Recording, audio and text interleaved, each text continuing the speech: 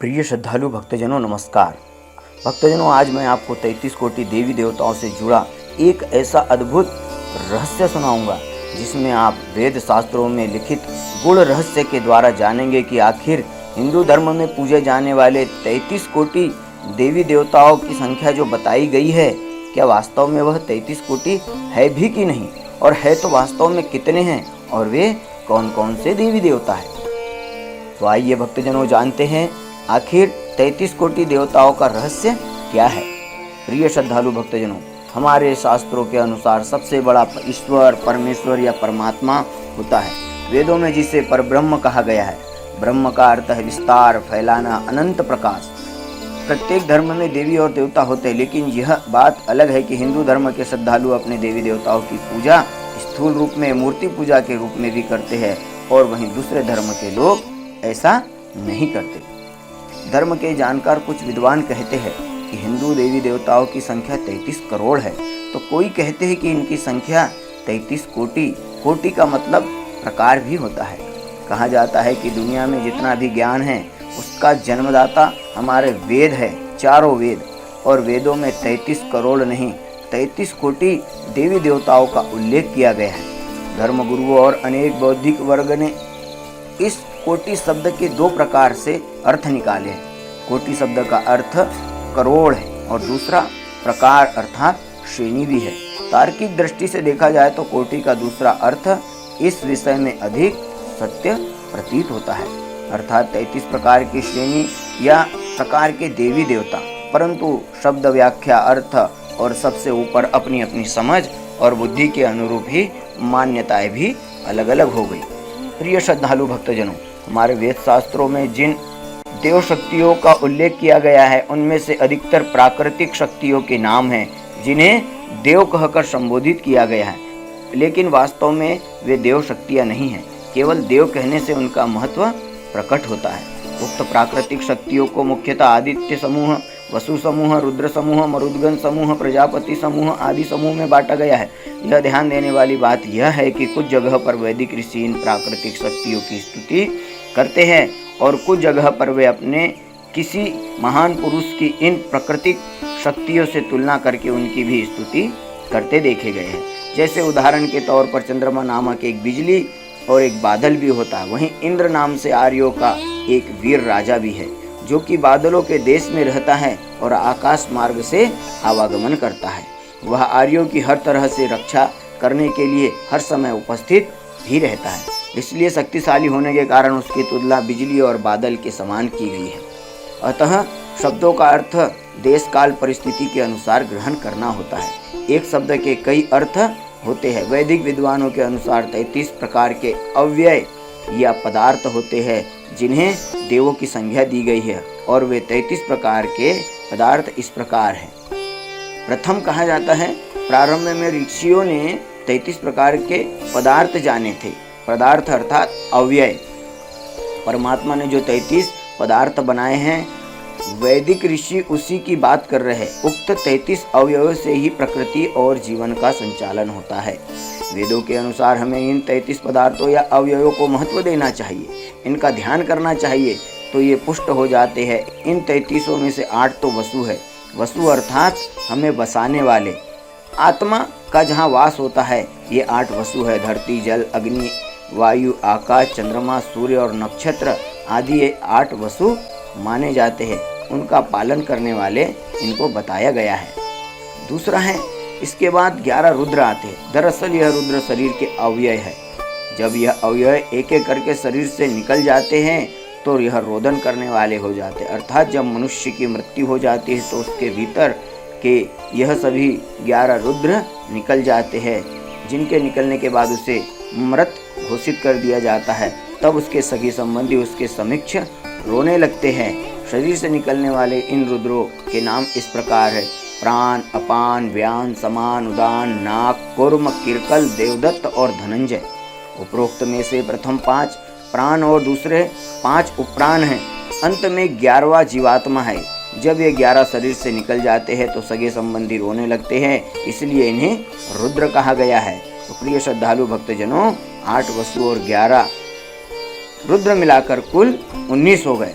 उपरोक्त 19 के अलावा 12 आदित्य होते हैं। आदित्य सूर्य को भी कहते हैं। भारतीय कैलेंडर सूर्य पर ही आधारित है। समय के 12 माह को 12 आदित्य कहा जाता है और इन आदित्य इसलिए कहते हैं क्योंकि ये हमारी आयु को हरते रहते हैं। जैसे जैसे समय बढ़ता जाता है हमारी आयु घटती जाती है और ये 12 आदित्य 12 माह के नाम है। सूर्य की 12 रश्मियों को भी इन्हीं की श्रेणी में रखा गया है। इसलिए अब प्रिय श्रद्धालु भक्तजनों 8 वसु 11 रुद्र और 12 आदित्य कुल मिलाकर हो गए 31 पदार्थ अर्थात अव्यय। उपरोक्त 31 के अलावा 32वां है इंद्र। इंद्र का अर्थ है बिजली या ऊर्जा और 33वां है यज्ञ। यज्ञ अर्थात प्रजापति, जिससे वायु, सृष्टि, जल और शिल्प शास्त्र हमारा उन्नत होता है, औषधियाँ पैदा होती है। ये 33 कोटि अर्थात 33 प्रकार के अव्यय पदार्थ है जिन्हें देव भी कहा गया है। देव का अर्थ होता है दिव्य गुणों से युक्त जो सतत देते रहते हैं। हमें ईश्वर ने जिस रूप में यह 33 पदार्थ दिए उसी रूप में उन्हें शुद्ध, निर्मल और पवित्र बनाए रखने की भी ईश्वर हमसे अपेक्षा करता है। देव योनि में मात्र यही 33 देव नहीं आते। इनके अलावा मणिभद्र आदि अनेक यक्ष, चित्ररथ, तुम्बरु आदि गंधर्व, उर्वशी, रंभा आदि अप्सराएं, अर्यमा आदि पितृगण, वशिष्ठ आदि सप्तऋषि, दक्ष, कश्यप आदि प्रजापति, वासुकी आदि नाग, इस प्रकार और भी कई जातियां देवों में होती है जिनमें से 2-3 हजार के नाम तो प्रत्यक्ष उंगली पर ही गिनाए जा सकते हैं। प्रिय श्रद्धालु भक्तजन, प्रमुख देवताओं के अलावा भी अन्य कई ऐसे देवदूत हैं जिनके अलग अलग कार्य हैं जो मानव जीवन को किसी न किसी रूप में प्रभावित करते रहते हैं। इनमें से कई ऐसे देवता है जो आधे पशु और आधे मानव रूप में हैं, आधे सर्प है और आधे मानव रूप में भी है। माना जाता है कि सभी देवी और देवता धरती पर अपनी शक्ति से कहीं भी आया जाया करते थे। धर्म के जानकारों, ज्ञानी जनों के अनुसार यह भी मान्यता है कि संभवतः मानवों ने इन्हें प्रत्यक्ष रूप से देखा है और इन्हें देखकर ही इनके बारे में कुछ लिखा है और बताया है। अज एकपाद और अहिरबुंध्य दोनों आधे पशु और आधे मानव रूप है।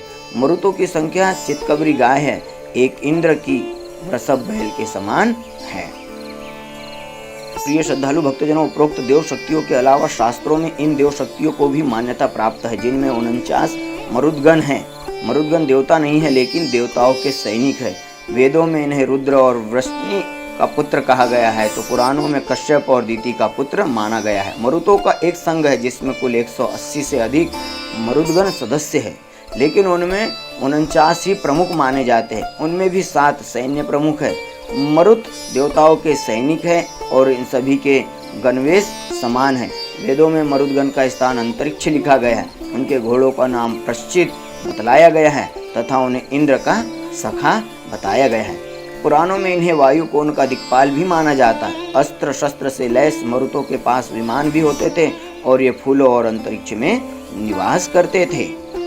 ये 7 मरुतों के नाम इस प्रकार माने जाते हैं भक्तजनों: आवह, प्रवह, संवह, उद्वह, विवह, परिवह और परावह। इन्हें वायु के नाम भी कहे जाते हैं। इन सभी के साथ साथ गण ब्रह्मलोक, इंद्रलोक, अंतरिक्ष, भूलोक की पूर्व दिशा, भूलोक की पश्चिम दिशा, भूलोक की उत्तर दिशा और भूलोक की दक्षिण दिशा आदि इन लोकों में विचरण करते हैं। इस तरह से कुल 49 मरुत हो जाते हैं जो देव रूप में देवों के लिए विचरण करते हैं। इसके अलावा इन देवताओं को हिंदू धर्म में सबसे प्रमुख माना जाता है।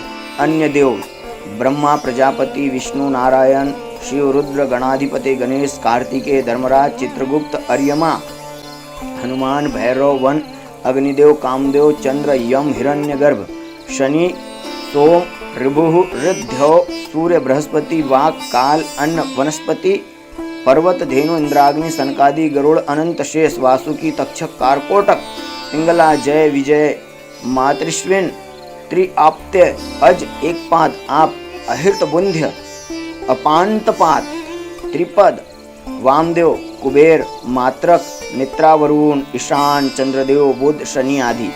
अन्य देवियों में दुर्गा, सती, पार्वती, लक्ष्मी, सरस्वती, भैरवी, यमी, पृथ्वी, पूषा, आपह, सविता, उषा, औषधि, अरण्य, ऋतु, त्वष्टा, सावित्री, गायत्री, श्री भूदेवी, श्रद्धा, शची, अदिति, अदिति 10 महाविद्या आदि देवियां हैं। वेदों के कोटि शब्दों को अधिकतर लोगों ने करोड़ समझा और यह मान लिया गया कि 33 करोड़ देवता होते, लेकिन यह सच नहीं। यह भी सच नहीं है कि 33 प्रकार के होते हैं। पदार्थ अलग होते हैं और देवी या देवता अलग अलग होते हैं। यह सही है कि देवी और देवता 33 करोड़ नहीं होते, लेकिन 33 भी नहीं। देवी और देवताओं की संख्या करोड़ों में तो नहीं, लेकिन हजारों में जरूर है और सभी का कार्य भी अलग अलग नियुक्त है। तो प्रिय श्रद्धालु भक्तजनों, 33 कोटि देवी देवताओं से जुड़ा यह अद्भुत रहस्य आपको कैसा लगा, हमें वीडियो के कमेंट बॉक्स में जरूर बताएं। अगर आप हमारे चैनल पर नए हैं और ऐसी दुर्लभ जानकारी वाले वीडियो देखना पसंद करते हैं तो हमारे वीडियो चैनल को जरूर सब्सक्राइब करें, ज़्यादा से ज़्यादा शेयर कर परमपिता परमेश्वर की विशेष कृपा के अधिकारी बने। साथ ही पास में बेल आइकन को भी जरूर दबाएं। धन्यवाद, धन्यवाद, धन्यवाद।